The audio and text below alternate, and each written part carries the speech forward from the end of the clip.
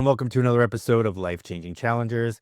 I'm your host, Brad Minus, as always, and I am really lucky and really excited to be talking to Dr. Lynn Banis. She is a grief and resilience mentor. She's a founder and owner of Widows Rising Together, and it's a pretty amazing uh, organization. And we'll talk a little bit about that, how that got started and everything. But first, Dr. Lynn Banis, how are you today? I'm great. How about you? I am excellent. Thank you. So, can you tell us a little bit about your childhood, where you grew up, what was the complement of your family, and what was it like to be Lynn as a kid? Okay. Well, I grew up in a little town in southwestern Michigan, about 13 miles north of Notre Dame. And my husband said it was Mayberry on steroids. Yeah, pretty idyllic in that it had a lot of home offices.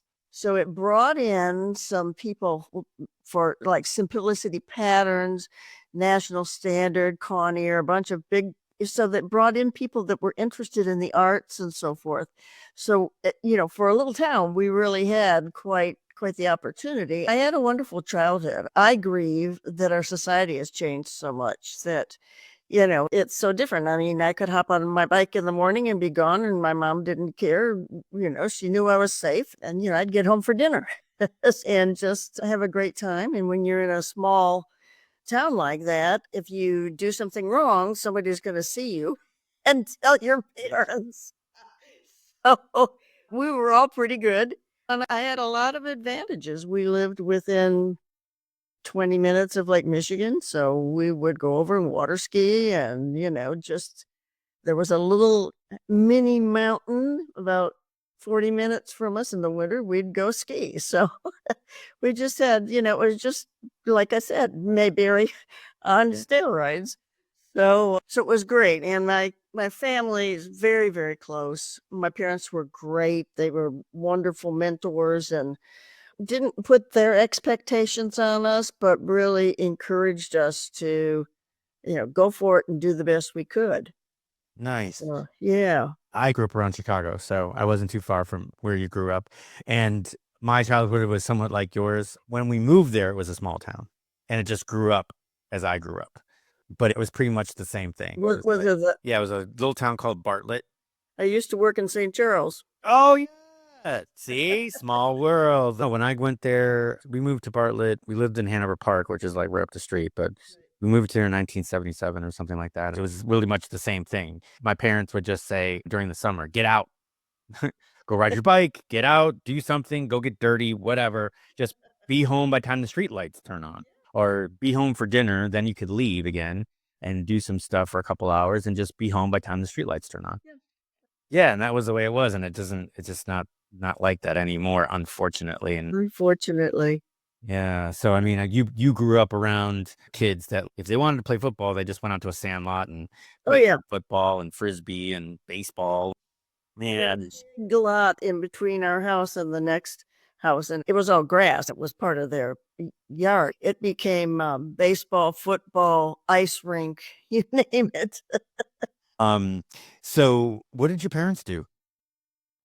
My mother was a teacher, drama coach, and she went to the Goodman Theater. You might be familiar with Goodman. Yes. My father owned an independent insurance company. Ah, Just good old Midwestern folks. that sounds just like in my family, the amount of I've got a couple of teachers and a couple of insurance agents, so I get it. And you said you had brothers and sisters? I have two brothers. Well, I had two brothers. I lost one, but I'm the rose in the middle. All right. And younger. What was high school like for you? Oh, I loved high school.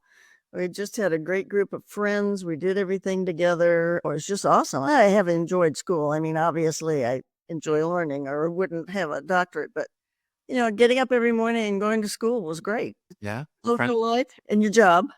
Right. Any extracurriculars? Oh, there weren't any for women then. Okay. Well, put me in my place there, Dr. Lynn. It was nothing for us. And so I ended up playing keyboard and I played the pipe organ. So I would literally walk to church after school and practice and then walk home. Okay, that was not nothing. It just wasn't a part of the school. That's awesome. So you were musical. That's great. So obviously you like learning, so you probably did well in college. And then where did you go to university?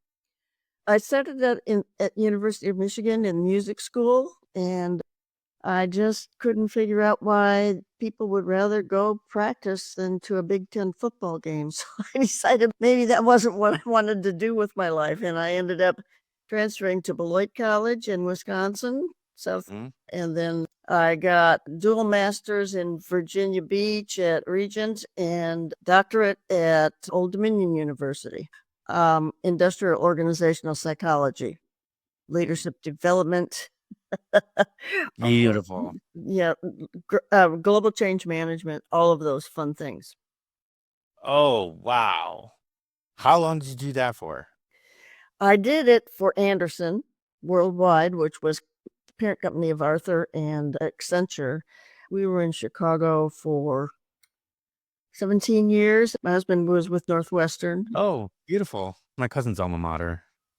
Great. Yeah, no, great school. Matter of fact, that was the first college I visited because she was there already. She was 2 years ahead of me.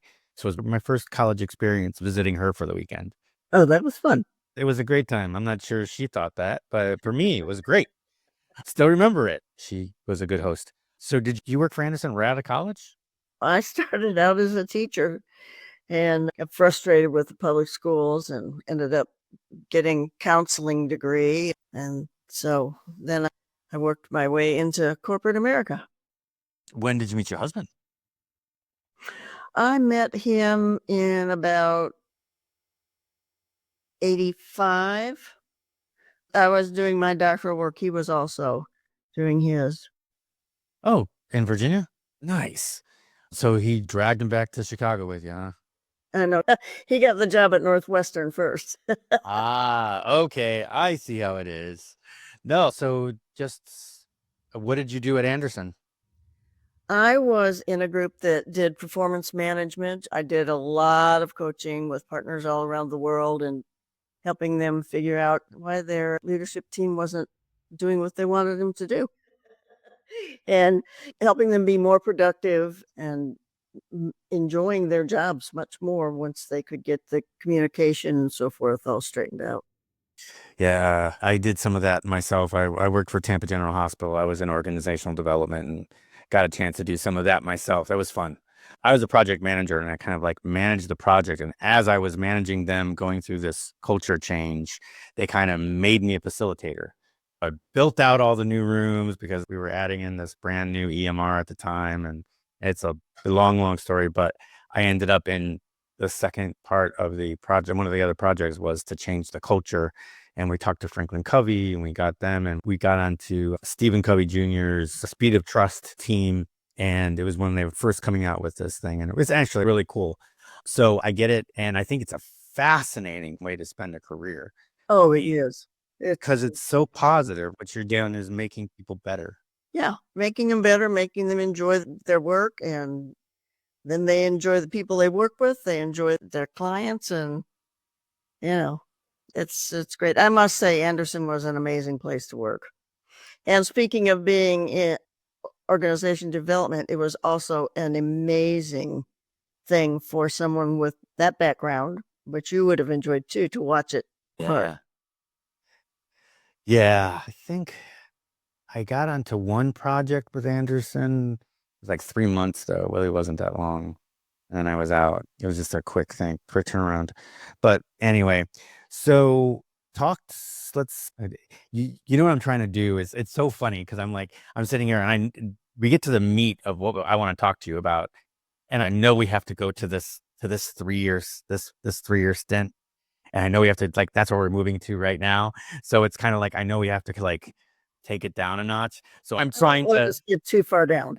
yeah, I'm not trying to delay it, but I'm trying to like, and it's not working. So I like to be transparent with my audience. So this is exactly what I'm doing. I'm going to keep this in. I'm not even going to edit it out. So anyway, let's talk about that 3 year span that kind of took a little bit of a spiral down. It did. And, like a surprise to me, my mother came to live with us when she was 100.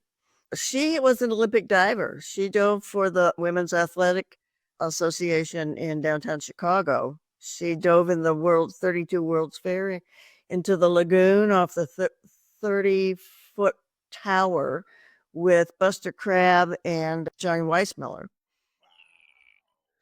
And she was first alternate to the LA Olympics in 32. Did Flash Gordon catch her? Not quite, but Okay. but anyway. There's going to be a load of people that listen to this that have no idea what I'm talking about. Right. She came to live with us. She was fantastic. She didn't have a cane or anything at that point. And she lived till she was 106. She was healthy on top of things, but she fell and that broke 18 ribs and you can't breathe. Oh, man. So that was a deep loss, but you have to say it's not totally unexpected at that age. And I had, after I left Anderson, I went into my own business, started my own coaching business, and I did that partially so I could have more time with her. So I was just very blessed to be able to spend that time with her. And shortly thereafter, I got a call in the middle of the night that my little brother had a massive heart attack and died. Oh, man. And then within 2.5 years, my husband passed away. So it was compound grief for sure. Wow. That's got to be devastating. I can't even fathom what that might feel like. And that's part of the issue we have in this country is that people don't really understand. I mean, you can't know what it feels like unless you've been there. I truly do believe that. And most widows will tell you that because it's just, there's no words to describe it. But, we've got to break down the taboos in this country around talking about and learning how to support people without being so afraid that we don't know what to say. So we just, move away and leave them alone. One of the biggest issues with grief is the incredible loneliness. I can only imagine. So I've lost some people like close to me. My grandmother was 96 and she died in her sleep. My grandfather was 96. My grandmother was 98. And it was a grieving process, but they had lived such great lives. They'd taken good care of us. They were healthy up to their 90s. And even my grandmother was healthy up to 94. So it was a loss, but it was like we knew it was coming, right? So that was not a big deal. Right after COVID or right during COVID, an aunt of mine passed from COVID, but she had some underlying condition. So my uncle, I'm going to the funeral and I go to my uncle and I gave him a big hug and I was like, Uncle Bruce, I'm like, and I stopped myself. I was about to tell him, man, I really understand what you're going through, blah, blah, blah. And I looked at him and I went, you know what? Hey, Uncle Bruce, I can't tell you that. I cannot tell you that I understand because I don't. Yeah. I really don't understand. I can't fathom it, what you're going through. You know what he said to me? He goes, thank you. Absolutely.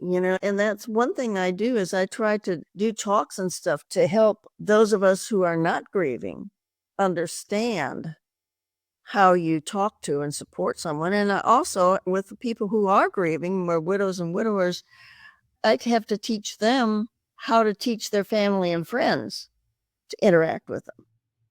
Because we're just... Yeah, I get it. I get it. I want to go into this with you, but I'm lost for words. But let's talk about it just so you know. So you just talked about that we don't know how to talk to our Right. friends, and our friends don't know how to talk to us as far as when somebody dies. Is that what you found during that time? I have 3 daughters and they were amazing and their husbands were too. So my close family was great. But what happens is they have busy lives and they go back to their lives and then you don't feel, and I think almost all people who are going through grief feel this way, is that you don't want to be a burden.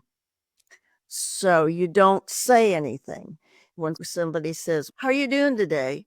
you say, "Oh, I'm okay." And what you really want to do is scream and say, "I'm horrible. I feel like, whatever." And there just seems to be no end to it. But nobody wants to hear that. So you don't say it. You don't think anybody wants to hear that. Exactly. Yeah. Okay, great. I was waiting for you to say that. Cause no, I I totally am okay with, if somebody went through that, I want them to say that I feel like crap. And I just lost this person and this person, blah, blah, blah, blah, and have them cry on my shoulder and I'd be fine with it. Not everybody is, but I would be whenever I've talked to people in my family, my friends and stuff that had lost someone, we want that actually is to get that, of Absolutely. And we want the hugs. course. You can go for weeks without having anybody touch you. And, so if you were used to getting hugs every day, and they say we need like, I don't know, between 15 and 30 a day. Really? Yeah. And most of us don't get that many, but, if you go to nothing, it makes a difference. You feel it. Well, I'm behind. Well, you better go grab some No, or get a couple dogs. I have 7 cats. They do all right. I have a few of them that actually like me. It's Yeah. cool. They're Um, snowflakes sometimes. yeah. I really am not addicted to cats, but I am addicted to adopting them. That's my problem. Oh, I see. You know what I mean? You walk into a store, someone's got kittens, you're sitting there just like, I just want to make sure they're okay. That's my addiction. I Well, I'm gonna have to go somewhere and a chip after they start because I'm a year without adopting a cat. Let's talk about the compounding, right? So you lost your mom, and whether she was at that point in her life, it wasn't to me. I would be thinking, and maybe if you tell me if I'm wrong, it's not that she did go; it's how she went for you. I would Yes, imagine. exactly. Yeah, it was, I had always just hoped it would be a peaceful go to sleep and not wake up, but we don't have a choice. Yeah. How long would you say that you were in a grieving period at that point?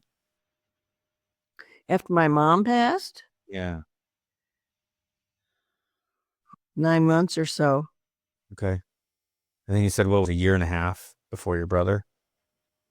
So you were just starting to get better, just starting, Yeah. and then you lost your brother. Yeah. And that was a shock, right? Because that was out It of was a nowhere. total shock. He was 9 years younger than me, so he was a young kid, and he took Yeah. great care of himself and ate properly, and just was a total shock. Yeah, it's amazing. I'm an endurance coach. You can see it on screen. I help people do things like marathons and Ironman triathlons and 100-mile races and obstacle course races and stuff like that. Some really, really crazy stuff that most people, when they just hear about it, they run away. But I help people do that. I've been in 5 races where, somebody had an issue and either ended up going to the hospital and not expecting it, and then people that have died. And you're talking about people that are in great shape that Yes. you don't, in one of these races, you don't toe the line if you don't know that you are 100%. You just don't do it because it's dangerous. I had an Army vet during Chattanooga, and he ended up having a heart attack on the swim. I ran the Chicago Marathon, and there was a firefighter. Now, these firefighters are in They're in good great shape. shape. Yeah. 400 meters from the finish line, collapsed, had a heart attack, and died. So this can happen to anybody. So that's something we always got to be thinking about. And I think that part of my message to people is to do things hard, to go after things much bigger than yourself, much bigger than you can imagine that you can do. And even if you've got to keep striving for it, you will get there. But the journey to getting there is going to take care of a lot of things for you as far as mentally, Boy. spiritually, and emotionally. Right. Yeah. But your brother, guy was in shape, took care of himself. He ran about 10 miles every morning, Ease. between 5 and 10 miles a day. Wow. So, I mean, It's just, you can see why it was a shock. yeah. So I can imagine that probably took a little bit more than 9 months. Yes, it did. And then within a year, my husband passed, and that was unexpected. Okay. So that had to be like So here you've got compounded grief. Give me, what was a day in the life of Lynn Banis? Let's say a month after your husband passed. Total brain fog, zero motivation. I didn't want to do anything. And thank goodness I had a dog that got me up in the morning and, you know, took care of her. No appetite, just real lonely, very confused about what bills needed to be paid and what kind of subscriptions Bill might have had, magazines and all that kind of stuff. Wondering when are they going to tell me bills are overdue again? At that point, people had pretty much disappeared. Oh. So, they show up the first week, 2 weeks, and you have more food than you could possibly imagine.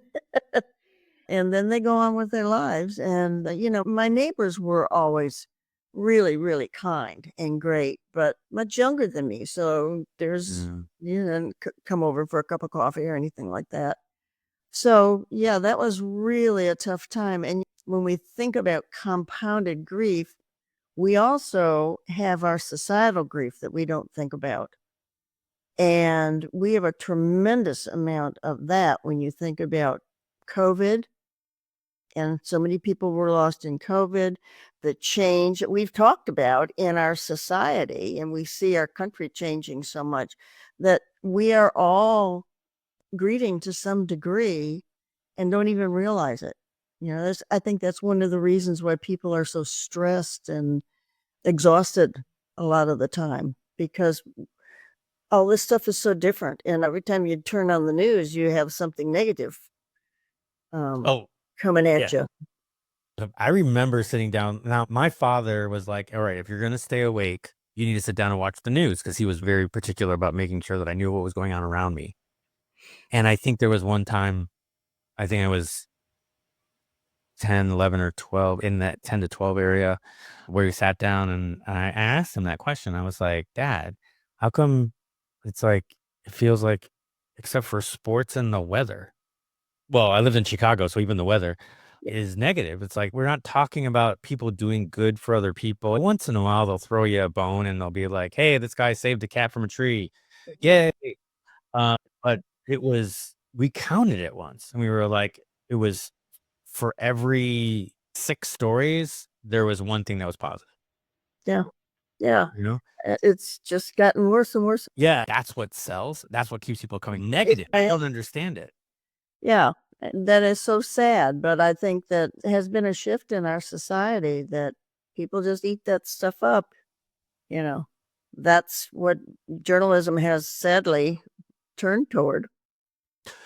Yeah, I consider that a lot of our news sources, mainstream media, for lack of a better term, is not journalism anymore. Now it's opinion media. Yep. Yep. Yeah, that's the phrase I would use. And it's quite horrible. You know what I mean? Yeah, it is. Just as a human being, things happen to people, and it doesn't matter what your political view is. The fact that it's a human being, that it's either doing something or getting something done to them. Yeah. And we strive on it. Not me. I would, if somebody had some sort of channel that was all positive news every day, I'd be addicted. Yeah, I would too. You found that you kind of got alienated, and this is where you thrive in the business that you're doing today, is because you're actually showing people how to communicate, how to be with somebody that is going through this process, correct? No, I wasn't. I was struggling to figure out who I was and where I was going, and which is part of the process, because you lose your identity. Absolutely everything in your life changes from the time you get up in the morning till you go to bed at night.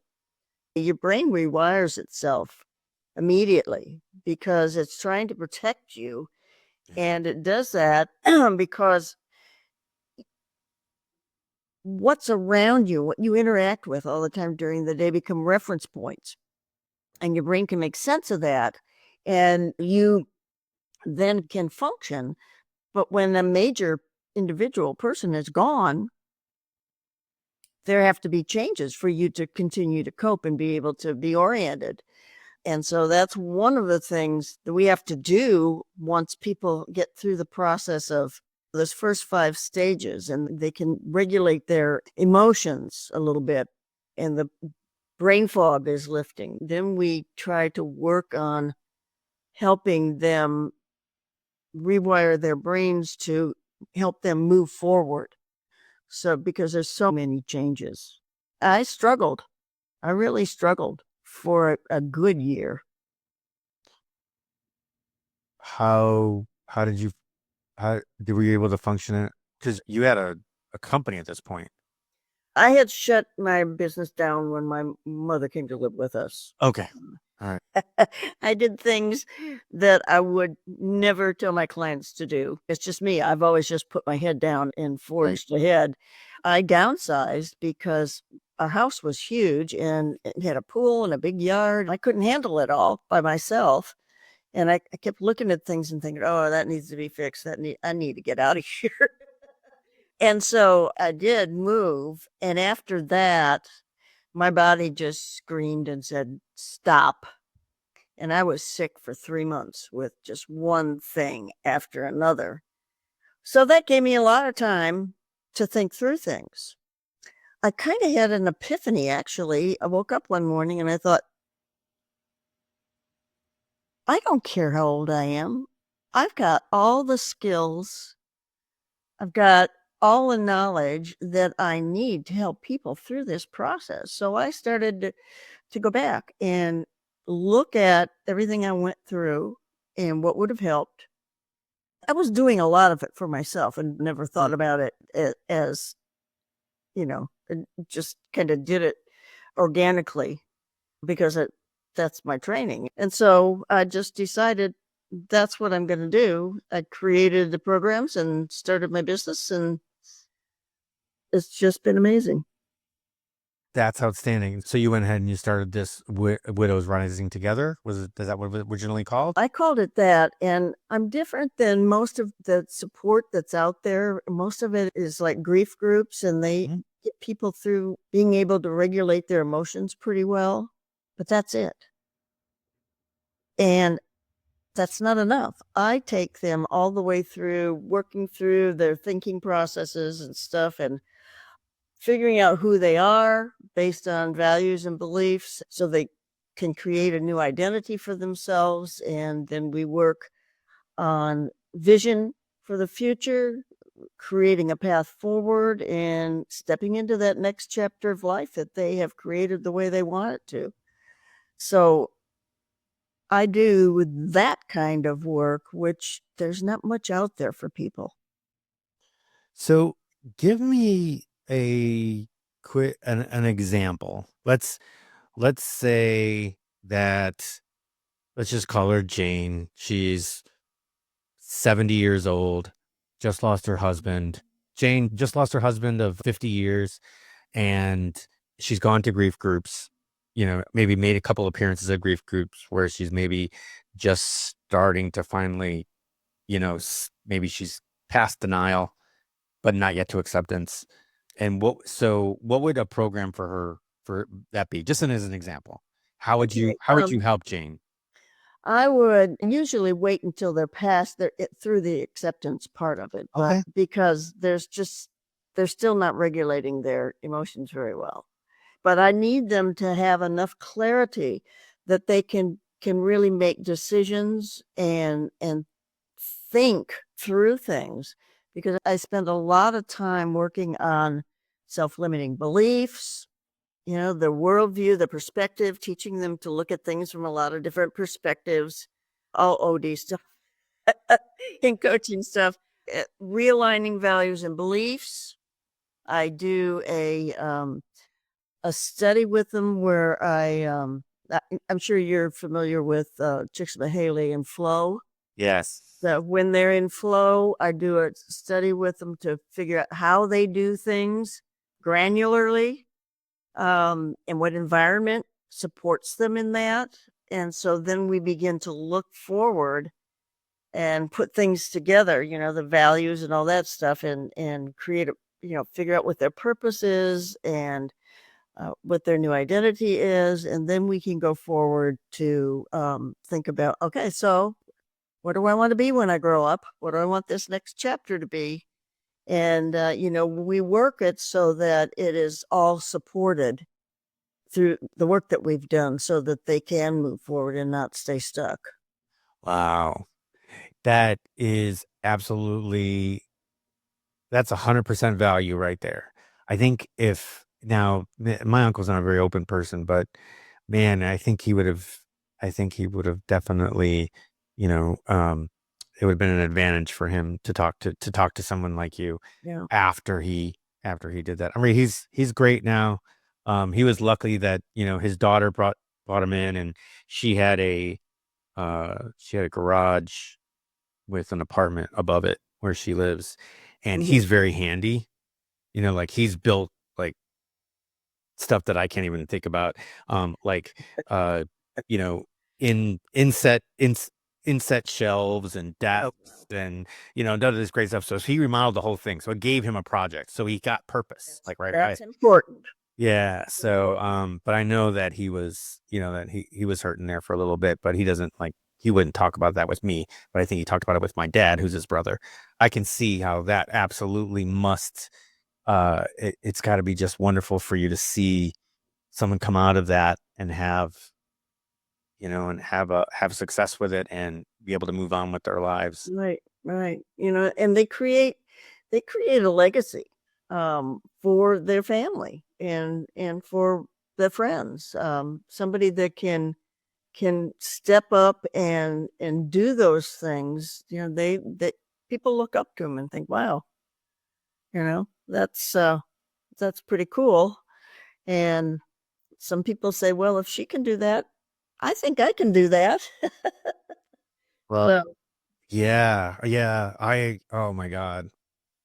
Yeah, I can't imagine. I can't imagine now that you talk about it like that. I mean, obviously I haven't been through it myself, but can imagine not having something like that after you like you said, and I think that was excellent point that you go through the grief group so you can get to that acceptance stage, and then they can work with you to find out what's next. yeah. Do you do any help with like um tangible stuff, like what about them and their kids? And I wouldn't call it like estate planning or anything like that, but just kind of like, okay, well, this is where you're starting. You got to make sure that, things are together and organized. Do you do anything like tangible? Like where's your life insurance and that goes here, blah, blah, blah. Or you Hopefully that's about, done by some of the grief groups okay, early on, because you can't wait with some of that stuff. right, But I do work with them on things like family dynamics, because they usually change a lot. right, You may take on a whole new role. You may become the matriarch or patriarch, or you may um, have a different role that doesn't have a lot of responsibility with it, or whatever. Or you may just become real independent. I've seen a number of people who've taken this as just, this is a huge advantage. I can create what I want to create, and I can be who maybe I wasn't able to be all the time, because I was always, you know, catering to somebody else, which I'm not saying that's negative, but I'm just saying, in a way, some people really blossom. yeah. Oh my God. I just thought about this. I saw a reel today Uh-huh. of a 104-year-old woman skydiving. She took her first jump off the thing. I just thought about that. Well, That George Bush Sr. did. he did it on his 100th birthday. Yeah. But this woman was 104, and you know, and today people are looking younger and younger. It was great. I can tell you how big of a smile I had when they're like 104-year-old da da da da da, and she was having the best time. Oh, I bet. I bet. So Yeah, somebody that has the desire and the drive to go do something like that is gonna have fun. Yeah, but I think, but what made me think of it was I was going to ask, not ask you, but I was going to make the comment about bucket lists, right? There's a lot of things that we throughout our lives we're like, oh, that's on my bucket list, that's on my bucket list, but then we get busy, right? Yeah. I imagine at this point they're like, well, I had that stuff on my bucket list, and I imagine you could help them get to the point where no, no, you're not too old. Like that's what I think about. I'm like, listen, if a 104-year-old woman who needed help getting onto the plane can jump out of the plane and have a great time, there's nothing all of you can't do. Right, right. Yeah, I think that that's just a huge thing, and that's one thing I use as we begin to look around and say, well, what do you want to do? What do you want to, how do you want to be now? Sometimes those bucket list things are just wonderful, wonderful areas of gold and nuggets for people. Yeah. Oh, and I met another guy on a cruise ship. He was at our table and he was telling us that he got rid of everything. Like he got rid of his car, he got rid of his house, he got rid of everything, and he just keeps bouncing. He gets off of one ship, walks onto Oh, yes. another, gets off another ship, walks Does on he? another. And he just lives on the ship. And he's got kids in one of the ports. And he's like, whenever he gets to that port, he'll maybe spend a day or two with his kids and then he'll jump right back on a thing. But he's like, he was telling me about it, and I was like, yeah. He said, no insurance. I pay he says he was telling me that his overhead was something like $10,000 less a month than, I mean, this is just straight up nut. Just the whatever he needs. He goes, he says, my biggest bill outside of the actual cruise is laundry. Oh, wow. Yeah. He said that was his biggest bill outside of that because, on those cruise ships, they go by weight or they go by piece or whatever. But he goes, yeah, that's by far, he says, that's my biggest bill. He says, I've got so many like cruises and stuff that they give them to him. And then, and he was telling me that, um, a lot of them, he'll just walk on to the next one without a reservation. And they, because a lot of them know him now, but other ways is that they'd rather you fill the cabin Yes. Yes. and pay for drinks and pay for whatever than not. So he'll get like the cabin for free, pay a nominal amount for his food and tips and stuff and his laundry. Basically, he says, and that's it, that's all I got. I don't have insurance, I don't have any of that stuff. I thought that was but that's what he's got. And so he saw the world 2-3 times over. Yeah. I'm not getting tired of it. He says, I love it. So, oh, that's awesome. That's not for everybody, but I think it sounds intriguing to me. yeah. And like you said, whenever he got to a certain port that his kids were in, he would just stop, spend a few days with his kids, see his grandkids, and then jump back on another ship and go somewhere else. Well, I'm working on providing some transformational travel for people where I'll take them for a week or so. It's not a vacation, Retreat. but I'll have a team that will work with people. We will do group things, we'll do small group things, we'll do individual things, we'll do things that will help them have breakthroughs so that they can really be in a place where they're looking at the world differently and walk off there with a clear vision of what they want to go to next, what they want to do next, what they're visioning for their future. So I think that's going to be a lot of fun. I think you are going to help so many people with that, Lynn. I can't even imagine, just for the fact, one of the big things I'm thinking about as that's happening, as this retreat, the one thing that I know that people, because my uncle told me about it, and in certain parts of my life I remember that as well, um, is nighttime. Is like everything's great during the day, but now you're providing them. Now they're going to have a bunch of people around them. So when nighttime comes, the only time they'll be alone is when they have to put their head down on the pillow. They wake up and more people are around. Right. So I got to imagine that that's got to really be a big help. Yeah, community is huge. And, if they're going through things like that together and working in teams and so forth, they're going to build a community that lasts. They will bond with people, and I foresee getting them started on meeting every once in a while, and keeping things moving, keeping them going, supporting one another. That's awesome. I'll tell you one last anecdote, and just to drive that point home. My parents just moved out here 2 years ago from Chicago, from Bartlett. Um, and I hope she's not listening. But my mom was kind of a pessimist and a skeptic my whole life, right? And it was just one of those things. And I love her. I still, and I love her more than anything in my whole life is my mom and my dad. And my dad would always tell me, she goes, because he worked from home. He had his own business. He had own businesses, but he worked from home a lot.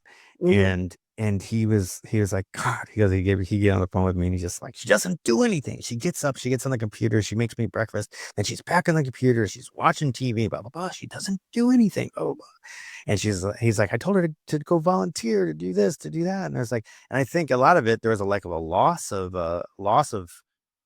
purpose. And like Mhm. she loved it when I came home because she would cook and she would do all the stuff and You're she wouldn't stop. And Yeah. then later on, my dad would like, so she didn't have this purpose. Well, they come here and, obviously they moved here for me and which is great. And they're getting older. And, my mom, also my dad goes, like, I don't know, we were about 3 months in to them doing it. She goes, your mom is a different person. I'm like, what? She goes, she's so happy and she knows everybody. And then I talk to her and she's like, yeah, well, Monday I play Mahjong and we have the Shalom group. On Tuesday I play, today, Tuesday is euchre. And then I've got the genealogy club.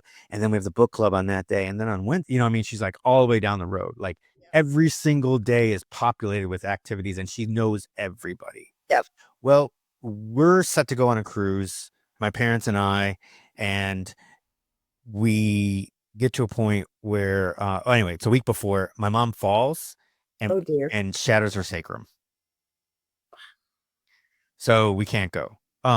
So she ends up going to rehab where she gets COVID, and then she transfers to my dad. Oh boy. So I go to my dad's. I go to my dad. I'm like, hey, I'll take you out to dinner that night before we leave, and because they got the insurance, not me. I didn't get the insurance because the insurance didn't cover me because it was my parents, not my Gotcha. not my wife or myself or anybody, right? So it didn't cover me. So like you have to go, and I'm like, well, all right. Listen, if I was a parent, I would want my kid to go too. So I'm not going to fight this because all they're going to do is fight with me on it anyway. So that's not even worth it. So I'm like, all right. So the day before we go, I go and he's like shivering and stuff. And I'm like, Dad, I'm like, you have COVID. He goes, no, no, I took the test. It says it was negative. I says, now wait to take tomorrow. It's going to say it's positive. Shivering, hurting, the whole bit.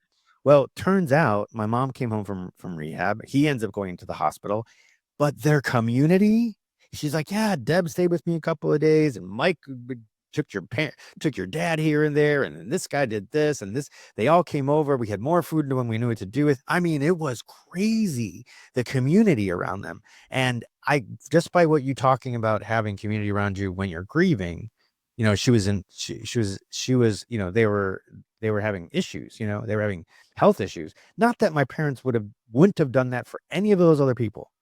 They Yeah. would have, but just this community. And like that is the first time that I saw how powerful that really is. Very powerful. Very, very powerful.